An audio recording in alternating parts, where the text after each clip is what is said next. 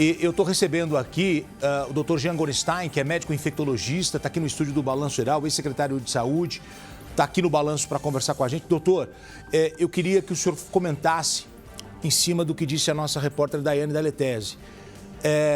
Muitas pessoas estão indo lá, socorrendo as pessoas e tendo contato com essa água, mas elas já estão há muitos dias e isso é preocupante também, porque essa água pode estar contaminada, é uma água suja, é uma água que pode oferecer algum perigo para essas pessoas que estão socorrendo? Boa tarde. Boa tarde, Gotino. Boa tarde a todos. Infelizmente, essa é uma água de transbordo de rios, de córregos, de esgoto. Então, sem dúvida alguma, nós estamos falando de uma água contaminada.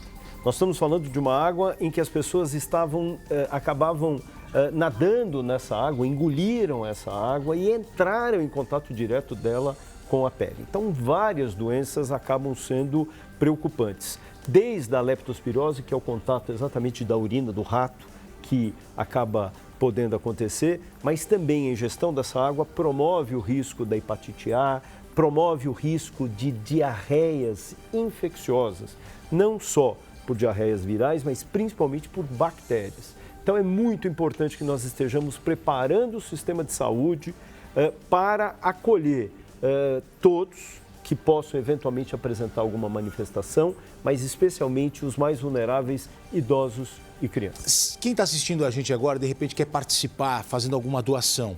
Na área de medicamento, tem algum medicamento que é importante uma doação agora, porque vai ajudar nesse momento? Qual que é o medicamento principal que seria interessante as pessoas doarem? O ideal é que não sejam ofertados os medicamentos. Quem deve fazer a transferência de medicamentos são as grandes empresas, os laboratórios farmacêuticos, os produtores, assim como os governos de estado, municipais. Por quê? Por quê? Porque nem sempre a gente mantém a qualidade quando a gente vai acondicionar dentro de casa, a validade muitas vezes não está preservada. Então, isso acaba deixando de ter efetividade lá na ponta. Nós temos muitas empresas fazendo hoje parte de um envio de medicamentos, assim como o Ministério da Saúde, os governos dos 27 unidades federativas. Então, procure mandar materiais de higiene pessoal, especialmente fraldas para as crianças, fraldas geriátricas, absorventes íntimos, isso para as mulheres, isso é extremamente importante, além, logicamente, de sabonete, à medida em que as águas vão baixando, que as pessoas precisam, de alguma forma, também tomarem banho, mas especialmente isso, além dos produtos de limpeza. Falar em alimentos, não tem nem o que falar. A importância de se mandar os alimentos não perecíveis para que essas pessoas possam se alimentar. A gente tem que ter hoje uma ótica, Gotino, muito grande, tanto na saúde como segurança alimentar. Vai ser muito importante a criação de hospitais que acabam sendo feitos, esses hospitais que nós fazíamos, aquelas tendas, para acolher essa população em várias partes das regiões. Hoje, infelizmente, nós só temos 4 deles existentes no Rio Grande do Sul, principalmente em Canoas e Porto Alegre. Precisamos muito mais. E cozinhas solidárias, ou seja, do agronegócio está mandando alimentos e dessa forma ser feito para garantir que aquelas pessoas não morram de fome. Elas estão ilhadas, elas não têm como sair dali e nem tão pouco o alimento ali chega. Eu já vou falar com o capitão Farina, da Defesa Civil, está na ponta da linha ao vivo com a gente, direto do Rio Grande do Sul. Mas deixa eu te fazer uma pergunta antes, doutor. O comandante Luca fica à vontade também. Nós não temos hoje um sistema de saúde no Rio Grande do Sul. Não está funcionando por conta de tudo isso que está acontecendo, obviamente.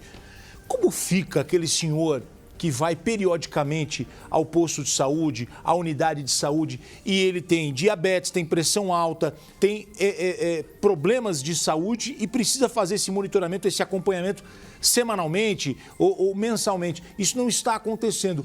Como é que essas pessoas devem se portar diante desse caos na saúde do Rio Grande do Sul? Eu vou colocar de 2 formas. Uma é como os pacientes devem se portar e, sem dúvida alguma, que todos nós, como gestores públicos e profissionais da área da saúde, devemos também manter as nossas ações? Primeiro, essas pessoas devem procurar, especialmente nesses abrigos, nós temos muitos hospitais, unidades básicas de saúde que estão fechadas. Estão fechadas porque foram totalmente destruídas pela invasão da água. Então vai ser fundamental que elas procurem esses abrigos. Nos abrigos existem profissionais da área médica para que elas relatem. Muitos fazem hemodiálise 3 vezes na semana.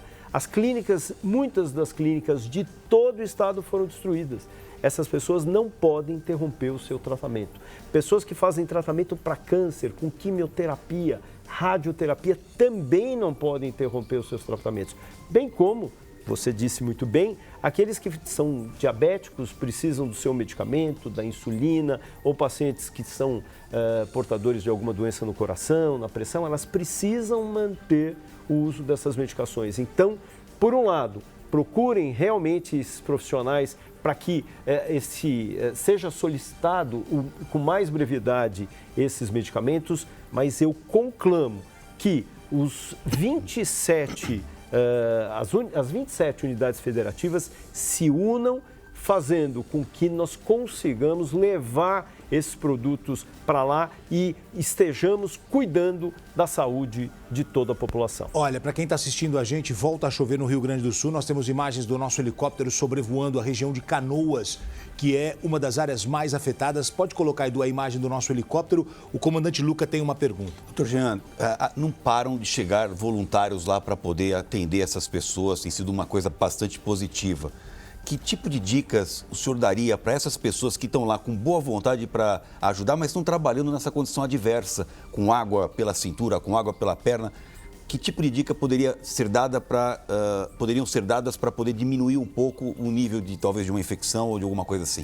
Infelizmente, são os grandes heróis anônimos que nós temos. Perfeito. E eu não tenho dúvida que, frente a uma situação adversa, tanto para quem é salvo quanto para essas equipes de voluntários, infelizmente, nós não temos como virar e falar, olha, faça isso ou deixe de fazer aquilo. A única coisa que nós temos a possibilidade hoje é de alertar com relação a sintomas.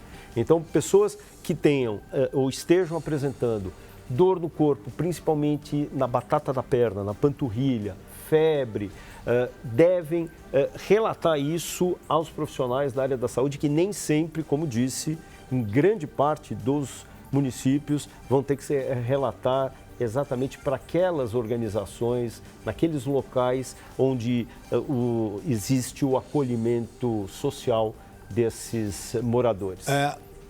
A chuva voltou. Daqui a pouco eu vou conversar com o capitão Roberto Farina, da Defesa Civil.